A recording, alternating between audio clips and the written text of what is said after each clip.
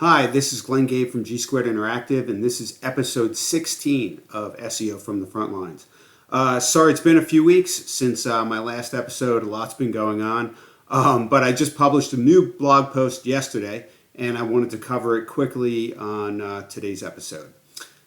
So the blog post is titled the PSA, so Public Service Announcement, the importance of catching sneaky mobile SEO problems in Google's mobile-first indexing world. It's a mouthful, but it's important. And it's 2 case studies and some tools and tips for surfacing those problems. So let me just start by going down the blog post and just covering the most important points. So the first thing I did was I covered, just an important note about mobile-first indexing. Still, there are site owners and SEOs out there that aren't aware that Google is now fully switched to mobile-first indexing, which means that it's using its smartphone crawler for indexing purposes. So if you have content, structured data, directives, canonicals, whatever, on your desktop version that aren't available on your mobile version of your pages when Google's crawling with Googlebot-Smartphone, that content won't be indexed. Those directives will not be picked up. Those canonicals will not be picked up. The structured data may not be picked up, etc. So very important to understand this, especially on large-scale and complex sites, which is what I'm usually helping. So I just wanted to cover that. I have a really good visual here that's directly from Google just about mobile-first indexing. So again, very important to understand that. So the first case study, I called it Playing Hide and Seek with Canonicals on Mobile.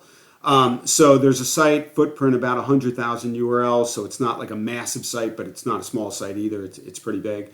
And I started noticing when I was auditing the site that some of the tools I was using were coming back and saying there were no canonicals present. Quickly checking in Chrome, they were present. But then it hit me pretty quickly. I switched to mobile and started checking, and the canonicals were not there. So then I jumped to Google Search Console. I started inspecting URLs, which you can see in this screenshot here, and user declared canonical was none. And I was seeing this time and time again. So, basically switching to desktop, you could actually see that the canonicals were there. So bringing this up to my client, it ends up, yes, they said that they were not publishing canonical tags on mobile.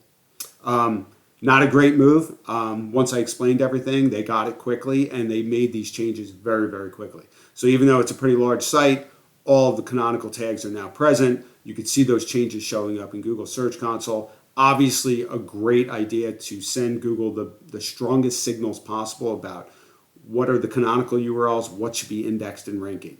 If you don't have canonical tags, then Google has to make its own decisions, which it can correctly, and it can incorrectly as well. So again, with a large-scale site, you definitely want to make sure that that's the case. Then I went into the second case study, which I called Thin Pages Becoming Thinner on Mobile.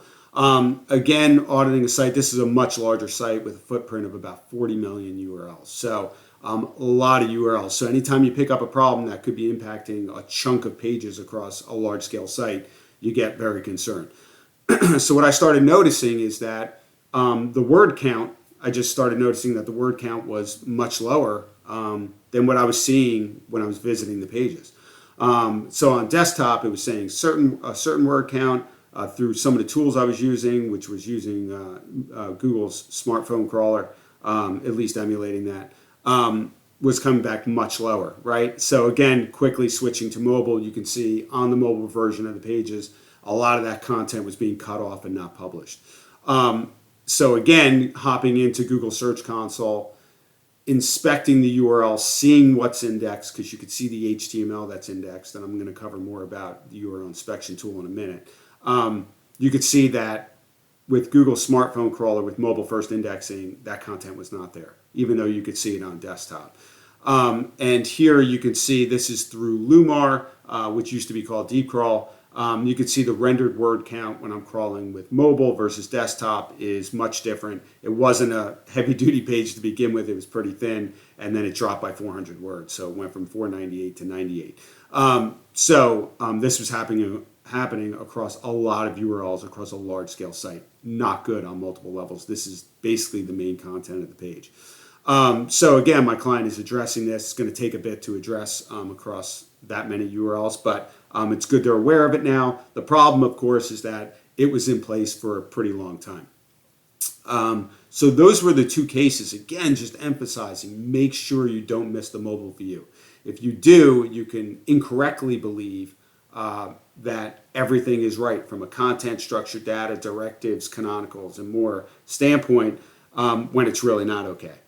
So, and Google Search Console could be great for that. You know, if you're all over the coverage reporting, there are certain signals in there that you might find some really wonky stuff. And then digging in, you could actually figure out those problems. So the second part of my post was how to check for mobile first problems, right? Tools and tips. So the first is the URL inspection tool in Google Search Console. It is the gold standard. It's great for one-off checks, right? Inspecting the URL, seeing what it comes back as, checking the HTML that's indexed. You can inspect the live, you could test the live URL to see what's in place now. You could copy that code, throw it into your favorite text editor. I love TextPad. And, you know, search for certain content, check for structured data, check your canonicals, check your directives like no index, so on and so forth, and see what's going on. And then you could compare with desktop versus mobile. Then there are crawling tools like Screaming Frog, Sitebulb, and Lumar, which used to be called Deep Crawl, with JS rendering on. So you could actually see the rendered HTML, as you can see in this screenshot here. You can see the static HTML, rendered HTML. You can crawl with multiple user agents. And using something like Screaming Frog, they have a great compare crawls functionality, as you can see here. And then you can see all of the reporting side by side, comparing the two crawls.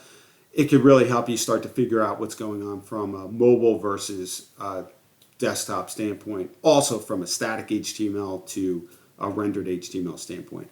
And also important to note that Lumar, which was Deep Crawl, just added recently the ability to save HTML in screenshots, just like you could with Screaming Frog and Sitebulb. So those are my three favorite crawling tools. I'm using them often, so definitely check that out. Then there are SEO Chrome extensions, right? So critical, in my opinion, for SEOs and site owners to be using these. I have many, but this is just the detailed extension as an example, which I use all the time. It gives you all the vitals for the page, right in a Chrome extension, from title, description, URLs, canonicals, robots meta tag, X-robots tag, word count, headings, structured data, robots.txt, etc. So there's a lot of really good information that you can get, and this is just one-off. You know, you can't do this in bulk via the extensions, obviously. That's more for crawling tools. But at least you can get a really good view of what's going on. So if you're not using an extension, I love the detailed extension, but there are several others out there on the market that are good. I use the web developer plugin as well heavily. So there's a bunch that I use. Maybe I should write a post about that at some point with just the extensions that I use on a regular basis. Okay, next, Chrome Dev Tools. So quick, on a page, hit F12, Control-Shift-M. Now you're emulating mobile. Now you can start to dig into the elements of the page and start to see the what's in the rendered HTML. Again, quickly you can start to check desktop versus mobile and maybe pick up some problems there.